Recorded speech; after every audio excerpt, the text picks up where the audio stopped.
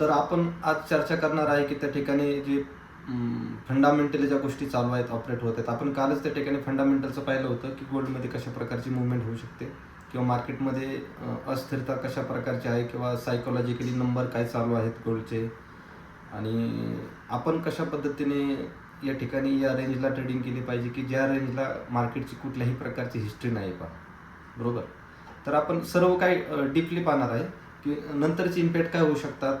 कारण सायकोलॉजिकली काय राहतं की खूप वरती गेले आता तरी खाली येईल. मी तुम्हाला कालच सांगितलं होतं की त्या गोष्टीने किंवा त्या सायकोलॉजीने ट्रेडिंग नाही केली पाहिजे. ट्रेडिंगमध्ये काय रूल्स, काही प्रोसेस असते ते फॉलो करावं लागतात.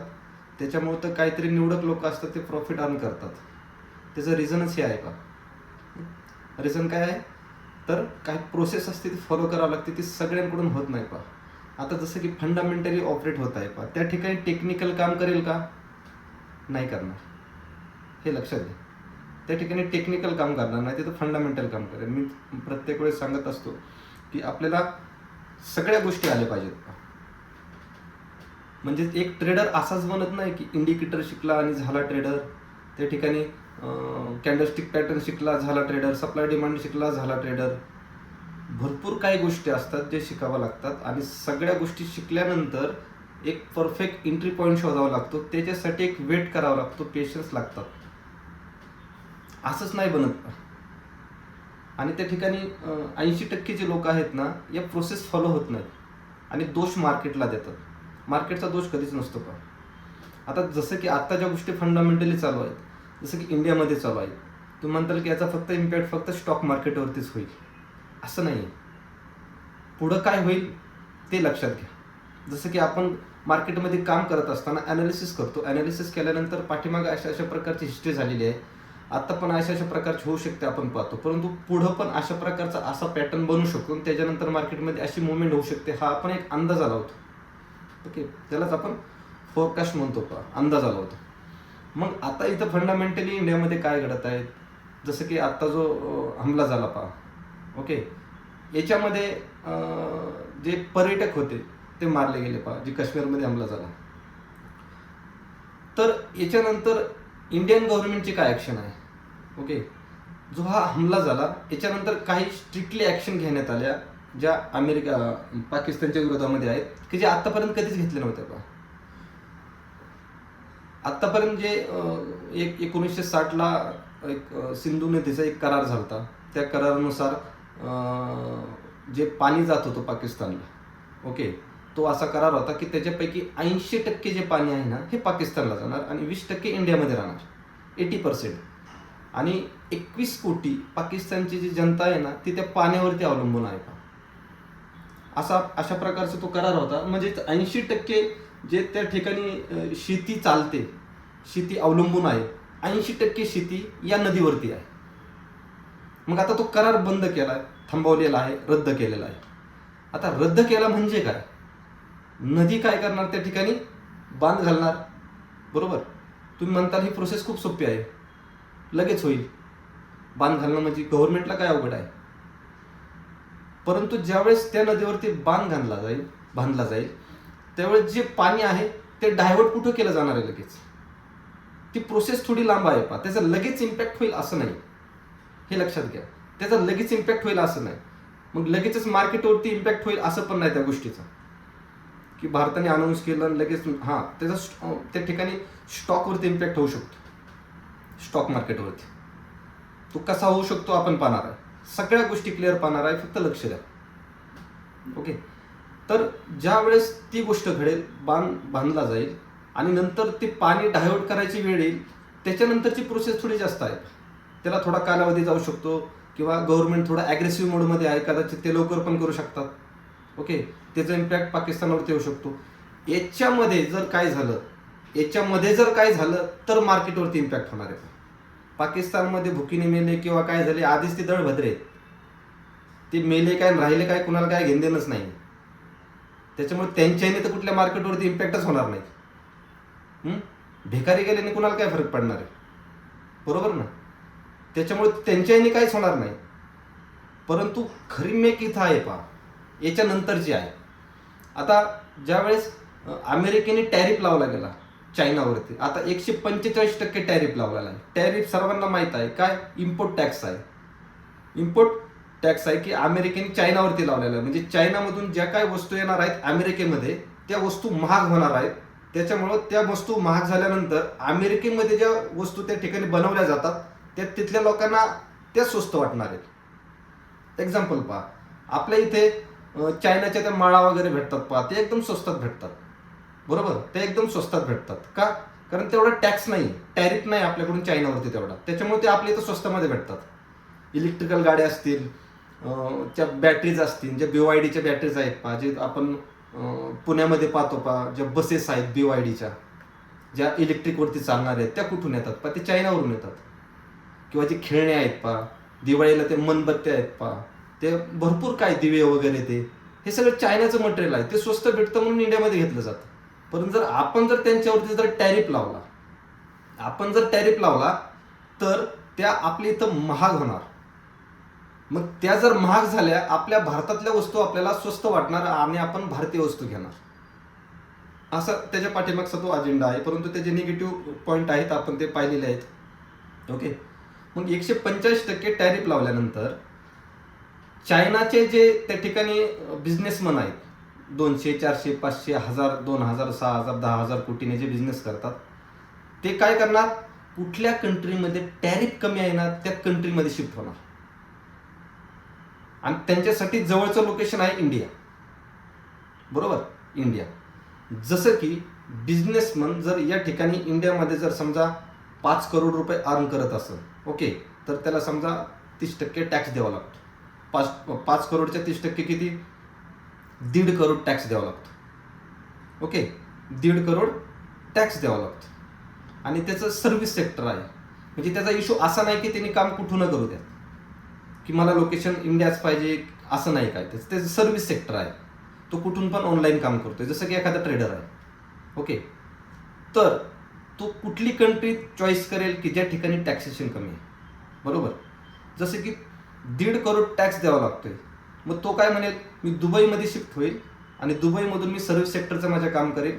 1.5 करोड रुपये वर्षाला मला खर्च तर येणार नाही, माझा टॅक्स वाचतोय, त्या हिशोबाने तो तिकडे शिफ्ट होईल. ओके, तसंच चायनाचा जो बिझनेसमन आहे तो इंडियामध्ये का शिफ्ट होईल, कारण त्याला एवढा टॅक्स द्यावा लागत नाही, टॅरिफ द्यावा लागत नाही. पाठीमागे ज्यावेळेस अनाउन्समेंट होणार होती त्यावेळेस बरेच कंटेनर भरून आयफोन इंडिया मार्गे अमेरिकेमध्ये पाठवले गेले. मग इथून पुढे त्यांना पर्याय काय आहे की मोठे मोठे बिझनेसमॅन इंडियामध्ये येणार आणि इथून काय करणार, त्या ठिकाणी भारतामधून इम्पोर्ट केले असं दाखवणार. बरोबर, मग आता या गोष्टीचा फायदा कोणाला होणार आहे, इंडियाला होणार आहे. एक तुम्हाला मी पहिली गोष्ट सांगितली की स्टॉकवरती इम्पॅक्ट कसा होऊ शकतो. भारत आणि पाकिस्तान ह्यांच्यामध्ये जर काय इश्यू झाला, यांनी जास्त इम्पॅक्ट होणार नाही. परंतु मी तुम्हाला दुसरा पार्ट सांगतो की कोणत्या गोष्टींनी फ्युचरमध्ये इम्पॅक्ट होईल आणि ते कधी पण होऊ शकतं. ओके, तर मग दुसरी गोष्ट काय, कारण ही जी घटना घडली ना, याला कारणीभूत फक्त पाकिस्तान नाही, याला बाहेरची ताकद पण आहे का.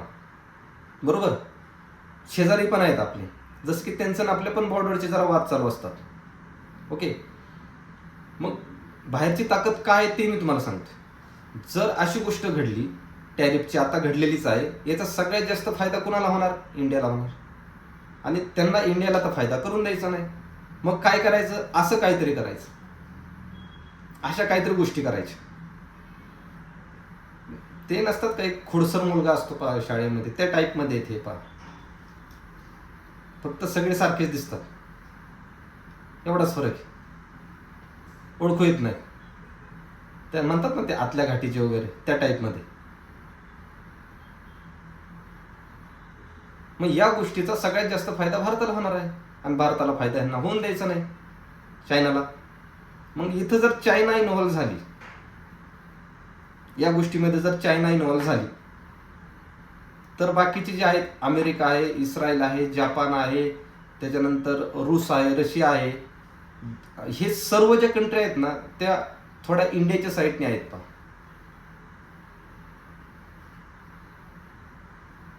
इंडियाच्या साईडने आहेत अमेरिकेपासून, कारण ऑलरेडी अमेरिका आणि चायनाचं वाजलेलं आहे. बरोबर, अमेरिका आणि चायनाचा ऑलरेडी वाजलेला आहे आणि ट्रम्प तर डबल ॲक्शन मोडमध्ये आहेत. आणि जर अशी घटना जर घडते आणि त्याचा जर बिंदू जर इंडिया असेल तर नक्कीच मोठी गोष्ट होऊ शकते. त्याच्यामध्ये आता या गोष्टी झाल्या की हे पाणी वगैरे अडवलं गेलं. त्याच्यानंतर 48 तासाच्या आतमध्ये इंडियन जे पाकिस्तानी बिझनेसमॅनला दिलेलं आहे, ते पाकिस्तानमध्ये जे बिझनेस करतायत ना त्यांना या ठिकाणाहून त्या ठिकाणी 48 तासाच्या आतमध्ये पाकिस्तानमध्ये जायचं. पण जे इलाजासाठी येतात पेशंट वगैरे आहेत त्या टाईपमध्ये त्यांना अजून काही नाही. माझं तर असं मत आहे सगळ्यांनाच बॅन केलं पाहिजे, एक पण नाही ठेवला पाहिजे. प्रत्येक सिटीजन गेला पाहिजे. ज्याच्याशी पटत नाही ना त्याच्याशी काही रिलेशनच ठेवायला नाही पाहिजे. शेवटी एक आपलं एक प्रामाणिक मत म्हणून मी सांगतोय. ओके. आणि मग ज्यावेळेस अमेरिका आणि चायनाचं ऑलरेडी वाजलेलं आहे त्याच्यामध्ये ही जर गोष्ट घडत आहे आणि अमेरिकेचं आपली जर मैत्री असेल, अमेरिकेची आपली जर मैत्री असेल तर मित्राला सल्ला विचारला जातो की नाही? नक्कीच विचारला जाणार. आणि ट्रम्प ज्या मोडमध्ये आहेत ते म्हणतील का की मोदी सर तुम्ही काय माघारी घेऊ नका, शेठ तुम्ही माघारी घ्या म्हणतील का? ते म्हणणार माघारच घेऊ नका, आम्ही आहे, आम्ही आहे म्हणणार. आणि ज्यावेळेस अमेरिकेसारखा कंट्री जर सपोर्टला असेल, रशियासारखी कंट्री जर सपोर्टला असेल, इस्रायल सारखी कंट्री जर सपोर्टला असेल, जपान सारखी कंट्री जर सपोर्टला असेल, त्यावेळेस काय घडू शकतं? आता फक्त प्रतीक्षा आहे ती चायना काय बोलते हे वाटच पाहून आहेत सगळे.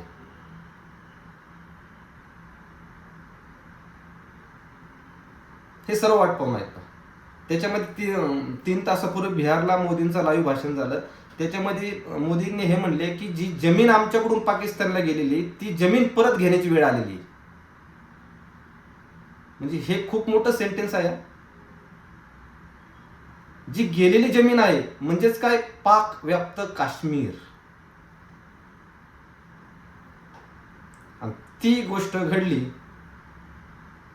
तर तुम्हाला माहिती आहे फंडामेंटली काय होईल. इस्रायल हमास जे नॉर्मल युद्ध झालं इथं काय होऊ शकतं.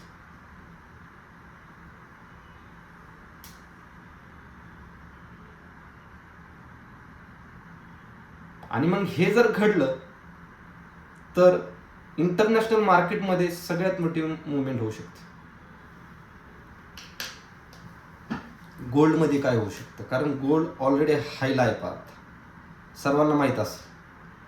एवढं वर गेले आता खाली, एक दिवस खाली आलं मग 1 आणि 2 दिवसामध्ये मार्केट रिव्हर्स मुवमेंट करत आहे हे कधीच समजणार नाही पहा, लक्षात घ्या. जर मार्केटला 4-4, 5-5 महिने लागत असते ना वरती जायला तर 2 दिवसामध्ये तिची रिव्हर्स मुवमेंट कशी समजेल आपल्याला? पॉसिबलच नाही. एक दिवस मार्केटने थोडं सेल काय मारलं की लगेच सेलिंगला बसतात. मी कायम सांगतो पहा, काय सुनामीने तर पोहायचं नसतं पहा, आपलं घर वाचवायचं असतं. ज्यावेळेस सुनामी येते ना पाण्यात उतरायचं नसतं. ते लाईफ गार्ड असतात पहा, सांगत असतात जेव्हा कधी कधी त्या लाटा वगैरे जास्त स्ट्रेंथने असतील त्यावेळेस ते कायम सूचना देत असतात, लाऊडस्पीकरवरती बोलत असतात, पाणी जास्त आहे जाऊ नका आतमध्ये. सुनामी आली आणि तुम्ही पाण्यामध्ये उतरलात, काय वाटतंय बरं, बाहेर येताल?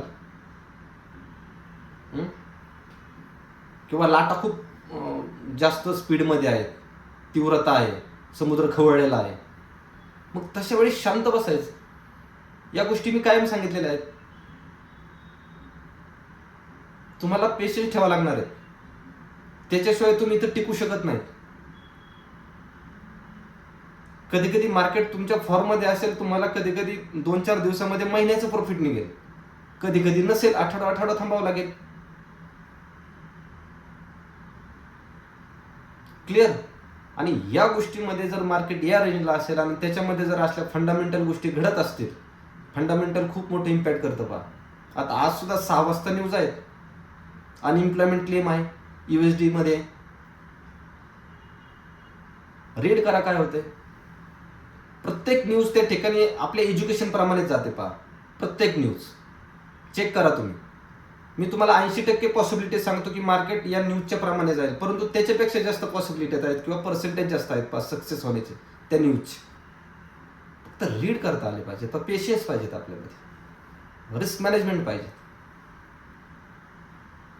आताची जी ही घटना आहे या ठिकाणी आपण काही सांगू शकत नाही की होईल काय.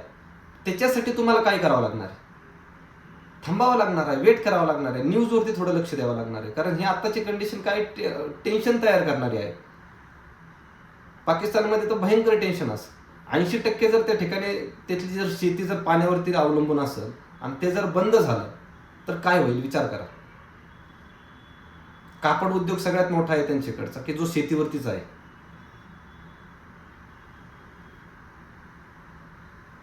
प्यायला पाणी सुद्धा भेटणार नाही.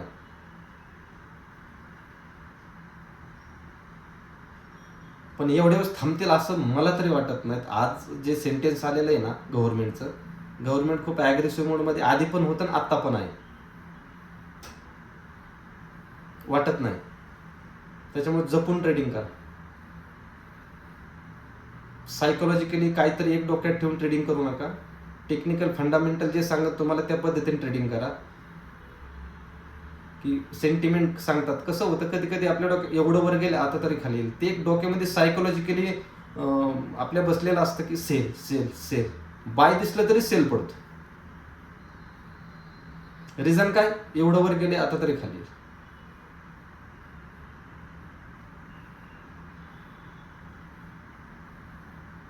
आता प्रत्येक दिवशी म्हणजे 3-4 दिवस झालं पाठे आसियन सेशनमध्ये मार्केट बाईंगला जायचं. गोल्डचं असेल आसियन सेशनमध्ये बाईंगला जायचं. ओके. आणि ज्या दिवशी सेलिंगला आलेलं आहे मार्केट संध्याकाळी, त्या दिवशी सकाळी पहाटे जे आहे ते मार्केट बाईंगला गेलंच ना, गॅप डाऊन ओपन झाला. तो जो गॅप डाऊन ओपन झालेला होता ना, तो गॅप डाऊन तो मार्केटने आता फिल केलाय. आज तो मार्केटने आता फिल केलाय. ऑब्झर्व करा आत्ताची येणारी न्यूज. आणि जर तुम्हाला स्टॉकचं जर पाहायचं म्हटलं तर स्टॉकमध्ये तुम्ही ट्रेडिंग करत असताना तुम्ही काय पाहता, जे स्टॉकचे असतील ऑलरेडी ट्रेडिंग करत असतील, स्टॉकमध्ये काय पाहिलं जातं, फक्त टेक्निकल फंडामेंटल झाल्यानंतर कळतं आपल्याला. कारण जसं या ठिकाणी करन्सी मार्केटमध्ये आहे की फंडामेंटल ज्या न्यूज येणार आहेत त्या ठिकाणी फिक्स आहेत दिलेल्या, या ठिकाणी न्यूज येणार आहेत आणि ते तुम्हाला शिकवलं जातं की या न्यूज रीड कशा करायचे, त्यानुसार कसं कळणं आपल्याला मार्केट बाईंगला जाईल का मार्केट सेलिंगला जाईल. तशा पद्धतीने स्टॉक मार्केटमध्ये असं कुठलाही प्लॅटफॉर्म नाही की त्या ठिकाणी आपण चेक करू शकतो. नाही करू शकत. आता अदानी काय बोलणार आहेत, कुठं दिलेलं असतं का, कोण कधी काय बोलन ती न्यूज होते, बरोबर, कोण कधी काय बोलन ती न्यूज होते. परंतु या इंटरनॅशनल न्यूजचा पण इम्पॅक्ट काय होतो स्टॉकवरती तर नक्कीच होणार पहा. जसं की समजा एखादं युद्ध झालं, युद्ध झाल्यानंतर अमेरिका जर त्या युद्धामध्ये डायरेक्टली इन्व्हॉल्व्ह झाली तर जे काही इन्व्हेस्टर असतील किंवा ज्यांनी इन्व्हेस्टमेंट केली असेल त्यांचे सेंटिमेंट काय असतील सांगा बरं. त्यांचे सेंटिमेंट काय असतील, जर अमेरिका या युद्धामध्ये जर सहभागी झाली आणि अमेरिकेने जर त्या ठिकाणी जास्त प्रमाणात किंवा जास्त दिवस जर युद्धामध्ये सहभाग घेतला तर अमेरिकेची अर्थव्यवस्था ढासळू शकते. परिणामी त्याचा इम्पॅक्ट त्या डॉलरवरती होऊ शकतो, डॉलर पडू शकतो. मग डॉलरमधली इन्व्हेस्टमेंट काढली जाते, मग डॉलर खाली येतो. ओके. हे फंडामेंटलचं एक सायकोलॉजी आहे किंवा न्यूजची सायकोलॉजी आहे किंवा एक सेंटिमेंट राहतं ट्रेडरचं. सेंटिमेंट मानण्यापेक्षा ती गोष्ट खरीच आहे.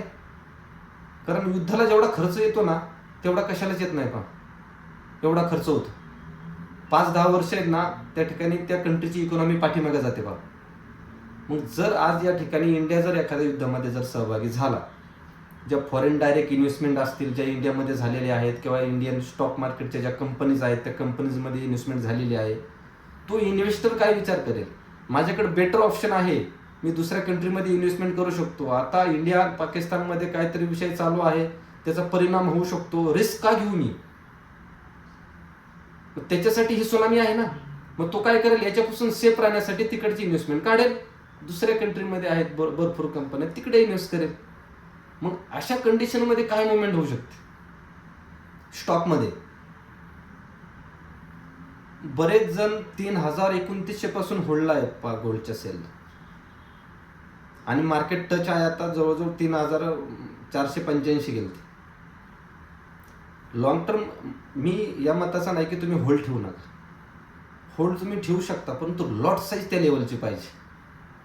आणि जर अशी जर कंडिशन आली तर यातून बाहेर कसं निघायचं हे पण माहीत पाहिजे. हेजिंग करायची की नाही, कोणत्या लेवलला करायची हे पण कळलं पाहिजे आपल्याला.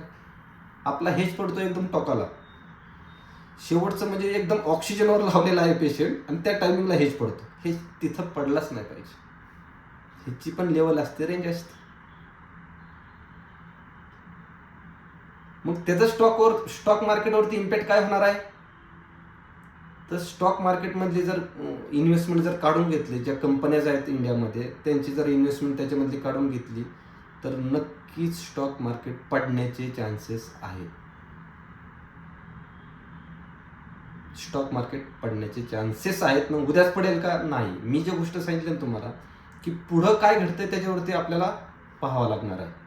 परंतु जर याच्यामधलं जर टेन्शन वाढलं तर स्टॉक मार्केट 1001% पडणार. करन्सी मार्केटमध्ये गोल्ड बाईंग होण्याचे अजून चान्स आहेत. कुणी ती अफवा पसरवली होती सोनं 45 हजारावरती येणार आहे.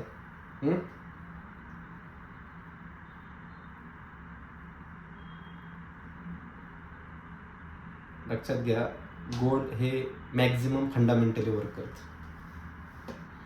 गोल्डला सेपरेट अस्तित्व नाही. मी गोल्डविषयी जास्त का बोलतोय, कारण 90% ट्रेडर जे आहेत ना ते गोल्डमध्येच ट्रेडिंग करतात. गोल्डचा व्हॉल्यूम खूप मोठा आहे, लिक्विडिटी खूप जास्त आहे.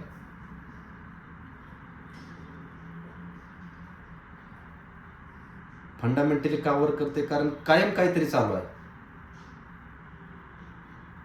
याच्या आधी ट्रम्प तात्या त्यांनी ते टॅरिफचं काढलं, सगळ्या कंट्रींवरती टॅरिफ लावला. त्याच्यानंतर काय केलं? सगळ्यांवरचा काढला आणि चायनावरचा ठेवला. ज्यावेळेस ही गोष्ट कळली की सगळ्यांवरचा टॅरिफ काढलेला आहे त्यावेळेस एका दिवसामध्ये गोल्ड खूप पडलं होतं. 1200 पिपची मुवमेंट झाली ती सेलिंग. परंतु परत यांच्या दोघांमध्ये चालू झालं. मग चायनाने वाढवला, परत अमेरिकेने वाढवला. मग हे असं वाटायला लागलं की ह्याच्यामध्ये काय होतंय का? आता त्याच्यामध्ये ही तिसरी गोष्ट घडली आणि ही तिसरी गोष्ट ज्यावेळेस घडलेली आहे, ओके, जोपर्यंत चायना लांब आहे ना तोपर्यंत काय नाही, हे लक्षात घ्या. आता आपल्याला पाहावं लागेल की चायना काय करते. त्यांच्या मुवमेंटवरती, त्यांच्या बोलण्यावरती सर्व काही होणार आहे. त्याच्यामुळं एक सांगेल की सेफ सिक्युअर जे आहे ते शक्यतो थोडे दिवस गोल्ड अवॉइड करू शकता तुम्ही, कारण मुवमेंट खूप होऊ शकते. मी पाठीमागं पण सांगितलं होतं, आमचे जे विद्यार्थी आहेत त्यांना टीमने स्टेटस वगैरे ठेवून पण सांगितलेलं होतं की लिक्विडिटी व्हॉल्यूमनी खूप मोठ्या याच्यामध्ये एंट्री होऊ शकते एवढ्या 2-3 दिवसामध्ये. आणि त्याच गोष्टी घडल्या. 1200 पिपची मुवमेंट झाली पाय रेंजला. मग सेफ सिक्युअर तुम्ही याच्यामध्ये करन्सी मार्केटमध्ये ट्रेडिंग करा. जर गोल्डमध्येच करायचं असेल तर विदाऊट स्टॉप लॉस आणि विदाऊट टीपी काम करूच नका.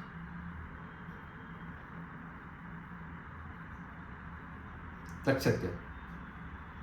युरो जीबीपी आहे, जीबीपी जीपीवाय आहे, एवढी यूएसडी आहे, जीबीपी यूएसडी आहे, एवढी यूएसडी आहे. या कुठल्याही पेअरमध्ये तुम्ही करू शकता, परंतु स्टॉपलशिवाय काम करू नका. कारण माहीत नाही की या जर झालं तर याचा परिणाम काय होईल. मी पुढचं सांगतोय बघा, कारण नमती भूमिका घेणारं गव्हर्नमेंट नाही आहे, लक्षात घ्या. कारण जो विषय घडलेला आहे ना, कारण 370 हटवल्यानंतर, काढल्यानंतर 370 कलम काढल्यानंतर 5 वर्षानंतर सगळ्यात जास्त जेवढं बुस्ट झाले ना पाकिस्तानमध्ये आता पर्यटन, हे कधीच झालेलं नव्हतं. म्हणजे एकदम हाय लेवलला, एकदम हाय लेवल. पण जेवढं जी ह्यांनी कमवलेलं आहे ना गव्हर्नमेंटनी, ते सगळं गेल्यासारखं वाटतं त्यांना आता. कारण जो धब्बा बसलाय ना आता, त्याच्यानंतर पर्यटन किती दिवस लागतील परत त्या लेवलला यायला सांगू शकत नाही. काश्मीरचं पर्यटन त्या लेवलला त्यांनी आणलं होतं.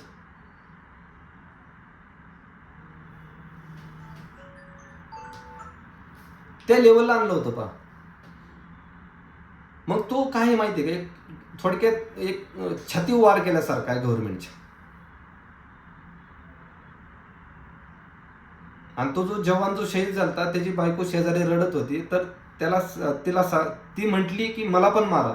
तर तिला सांगण्यात आला की नाही, तू जाऊन तुझ्या गव्हर्नमेंटला सांग.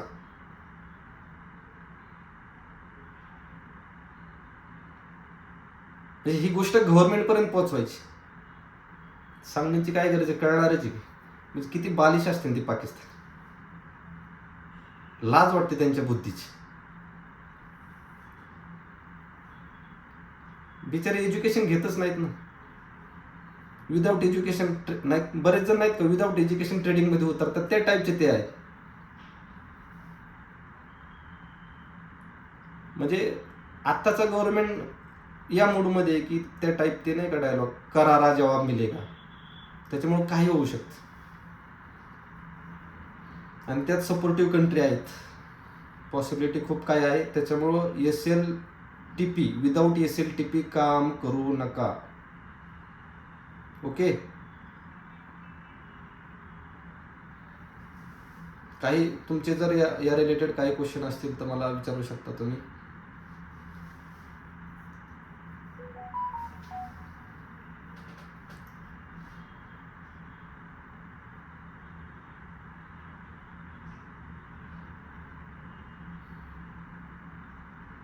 हे पहा, याचा इम्पॅक्ट लगेच होईल असं नाही आहे, त्याला थोडा टाईम लागेल. कारण रिप्लाय येणं महत्त्वाचं आहे चायनाकडून. सगळे वेट तिथंच करतायत. ऑलरेडी बऱ्याच जणांना वाटत होतं आता काहीतरी सर्जिकल स्ट्राईक होईल, काहीतरी होईल, हे होईल, ते होईल. परंतु त्या गोष्टी झालेल्या नाहीत. गव्हर्नमेंटने आपल्या त्या ठिकाणी समजदारी दाखवून काम केलेलं आहे. परंतु वाटत नाही जास्त दिवस त्यांचा पण संयम राहील म्हणून. कारण कर्तृत्व संयम दाखवण्यासारखं नाही. Sir ji, nice to see you. अतिशय क्रूर त्यांनी केलं त्यांनी, आणि इंटरनॅशनली पॅनिक सिच्युएशन. आता ज्या गोष्टी आहेत ना, ते थोडे इंडियाच्या फॉर्ममध्ये आहेत. पहा, एक चांगली गोष्ट आहे की आपलं बाहेरच्या कंट्रींबरोबर एक रिलेशन बऱ्यापैकी चांगलं आहे. SL कसा डिसाईड करायचा, तर हे पहा, SL डिसाईड करण्यासाठी एज्युकेशन मस्ट आहे. पहा की कोणत्या ठिकाणी एंट्री, कोणत्या ठिकाणी एक्झिट करायचं ते महत्त्वाचं आहे. एंट्री जर कळत नसेल तर मग तो ट्रेडर कशाचा. बऱ्याच जणांचं असं असतं, पहा, ट्रेडिंग करताना मोबाईल ओपन केला की त्यांना वाटतं ट्रेड घ्यावं. तुमच्या टायमिंगनुसार मार्केट नाही ना चालणार. तुम्हाला पेशन्स ठेवावं लागतं, नाही तर रेंजमध्ये येऊन द्यावं लागतं मार्केट. जसे की वाघ आहे, वाघ शिकारीला बसलेला आहे आणि हरिणी 1 किलोमीटर लांब आहे आणि त्याने आधीच उडी मारली, सापडेल का? नाही ना. त्याला पण वेट करावाच लागतो ना. आणि आपला वाघ वेट न करताच उडी मारतो. वाघाचा चांगलाच कार्यक्रम होतो. कार्यक्रम तर झालाच पाहिजे ना.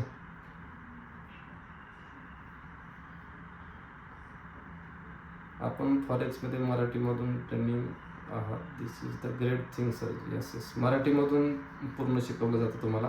आणि जे शिकवलं जातं आहे ते तुम्हाला सगळ्या प्लॅटफॉर्मला यूज होणार आहे. पहा, जसं की आम्ही फक्त स्पेशली करन्सी मार्केटवरती काम करतो, ते शिकवतो ते.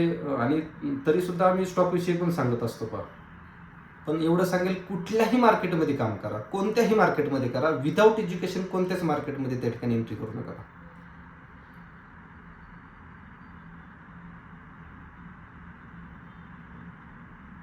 कोणत्याही मार्केटमध्ये करा.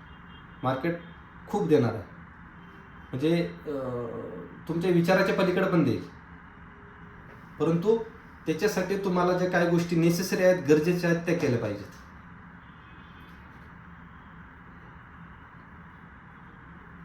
नवीन फॉरेस्ट काहीच विषय नाही. तुम्ही नवीन असतात, ज्यावेळेस नवीन आहात आणि तुम्ही एज्युकेशन घेताय ती गोष्ट महत्त्वाची आहे. पहा, बरेच जण काय करतात, मित्र करतोय म्हणून करतो. तसं नाही ना जमत. त्याच्यासाठी काय आहे, जसं की शेतीतलं काम आहे, शारीरिक कष्ट आहे, जमेल. ओके, मित्र करतोय, करू शकता तुम्ही. परंतु हे माइंडसेटचा गेम आहे. पहा, त्याच्यासाठी तुम्हाला एज्युकेशनच पाहिजे. जर एज्युकेशन नसेल तर तुमचा सायकॉलॉजी राहणार नाही. पहा, कारण तुम्ही जो ट्रेड घेताय ना त्याच्यावरती तुमचा विश्वासच नाही, काय होईल. एज्युकेशन नाही ना. आधी एज्युकेशन तुमचं मस्ट आहे, पहा, गरजेचं आहे. तुम्ही करन्सी पेअरमध्ये कुठल्याही करू शकता. ज्यांना ज्यांना USD अटॅच आहेत त्यांना मेजर पेअर बोललं जातं, आणि जी एकदम मीडियम पेअर आहे जसं की GBP JPY त्याच्यामध्ये करू शकता. त्याच्यानंतर युरो USD आहे, GBP USD आहे, AUD USD आहे, Australian dollar versus Canadian dollar, याच्यामध्ये पण तुम्ही करू शकता. करन्सी पेअरमध्ये करू शकता तुम्ही. फक्त कुठेही करा, आत्ता सध्या SLTP लावा, कारण माहीत नाही कोणती कंट्री कधी कोणत्या जर काय इश्यू झाला तर कशामध्ये इन्व्हॉल्व होईल. जसं की समजा AUD USD आहे पहा, ऑस्ट्रेलियन डॉलर वर्सेस USD आहे, ऑस्ट्रेलिया जर इन्व्हॉल्व झाली तर सांगू शकत नाही काय. त्याच्यामुळे याचा विचार करा. आणि प्रोसेस आहे ना तुम्हाला रिस्क मॅनेजमेंटची, की SLTP वरती काम करायचं. फक्त SL कुठं लावायचं हे पण कळलं पाहिजे, TP कुठं लावायचं हे पण कळलं पाहिजे. SLचं कामच आहे थांबवणं. जसं गाडीचं ब्रेक आहे, त्याचं काम आहे गाडी थांबवणं, आणि यांना वाटतं की गाडीचं ब्रेक दाबलं की गाडी थांबली नाही पाहिजे. असं नाही कोणाला वाटत. मग ट्रेडविषयी असं का वाटतं की मला SL लावल्यानंतर माझं SL हिटच नाही झाला पाहिजे. हिट होईल ना, का नाही होणार? त्याचं कामच ते आहे. ट्रेड थांबवणंच काम आहे त्याचं.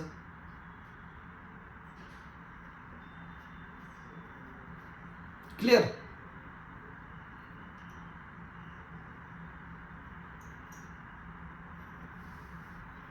आणि अशा पॉईंटला तर खूप गरजेचं असतं पाहिजे. हिट होऊ द्या, काय विषय नाही. SLचं कामच ते आहे, हिट होण्यासाठीच आहे.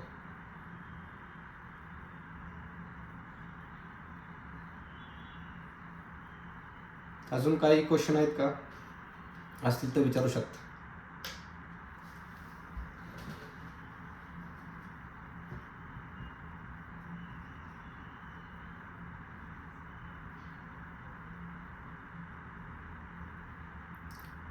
ठीक आहे. माझा हा व्हिडिओ पण सेव्ह राहील. जर तुम्हाला काय वाटलं तर रिपीट तुम्ही पाहू शकता. डिस्कार्ड नाही केला जाणार, सेव्ह राहिला. 1 महिन्यासाठी सेव्ह राहतो पहा प्रोफाईल. ओके, ठीक आहे, चालेल. आणि जर अजून काय क्वेश्चन असतील काय असतील तर आपला 8 वाजता वेबिनार पण आहे. आजच आहे 8 वाजता.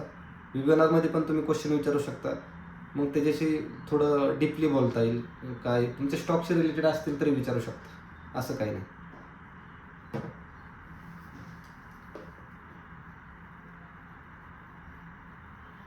ठीक आहे, ठीक आहे, चालेल. व्हिडिओ सेव्ह आहे, तुम्ही पाहू पण शकता. जे आपण ऑनलाईन जेव्हा येतात त्यासाठी नोटिफिकेशन हवे आहेत. ऑनलाईन ज्यावेळेस मेल नोटिफिकेशन पाहिजे असेल तर मग आता ते ॲडव्हर्टाईज किंवा जाहिरात मी नाही करत, पण ते तुम्हाला फॉलो करावं लागेल. 7-8 मंथ्सपासून एका स्ट्रॅटेजीवर काम करत आहे सर. ओके, मस्त.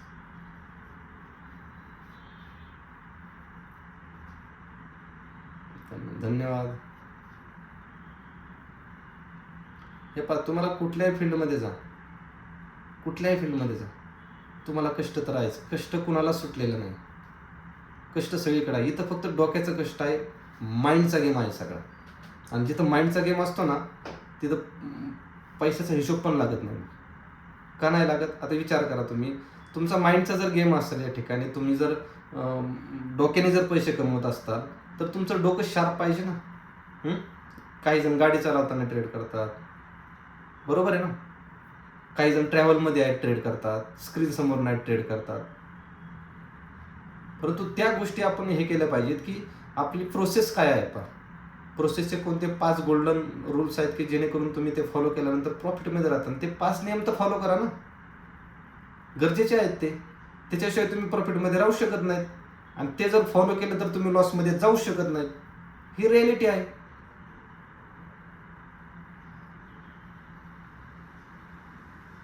बरोबर.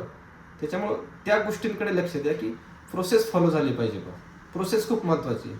आणि जिथं जिथं माइंडसेटचा गेम येतो ना तिथं तिथं तुमचं अर्निंग खूप जास्त असतं. नाहीतर मग हवालदाराला जास्त पगार राहिला असता आणि IPSला कमी असता. पहा, जर फिजिकलवरतीच सगळं असतं तर, फिजिकल मेहनतच सगळी असते तर. परंतु जे क्लास 1 लेवलचे अधिकारी आहेत त्यांना माइंडसेट किंवा डोक्याचं काम जास्त असतं. पहा, म्हणून त्यांना त्याप्रमाणे सॅलरी भेटते किंवा पैसा भेटतो. पहा, किंवा मी कायम सांगतो पहा की UPSC ही जगामधली सगळ्यात टफेस्ट एक्झाम आहे. त्याचं रिझन पण आहे ना, त्यांच्यावरती तेवढी जबाबदारी असते, त्यांची सायकोलॉजी तर चेक करावी लागते ना, की हा माणूस कुठल्या लेवलपर्यंत प्रेशर हँडल करू शकतो. त्याच्यासाठी एवढ्या टफेस्ट एक्झाम घेतल्या जातात, इंटरव्ह्यू घेतला जातो. नाही तर दंगल झाली ना, IPSच आधीच पळून गेला, बरोबर. त्याच्यामुळे त्या लेवलची त्याची सायकोलॉजी केली जाते की त्याचा एखादा निर्णय हा पूर्ण जिल्ह्यावरती परिणाम करू शकतो. त्याच्यामुळे तो विचार करूनच निर्णय घेतो. आणि आपल्याला वाटतं मोबाईल ओपन केला की लगेच ट्रेड पडला पाहिजे आणि महिन्याला 4-5 लाख रुपये अर्निंग झालं पाहिजे. त्याच्या कितीतरी पटीने जास्त आहे, परंतु प्रोसेस फॉलो झाली पाहिजे.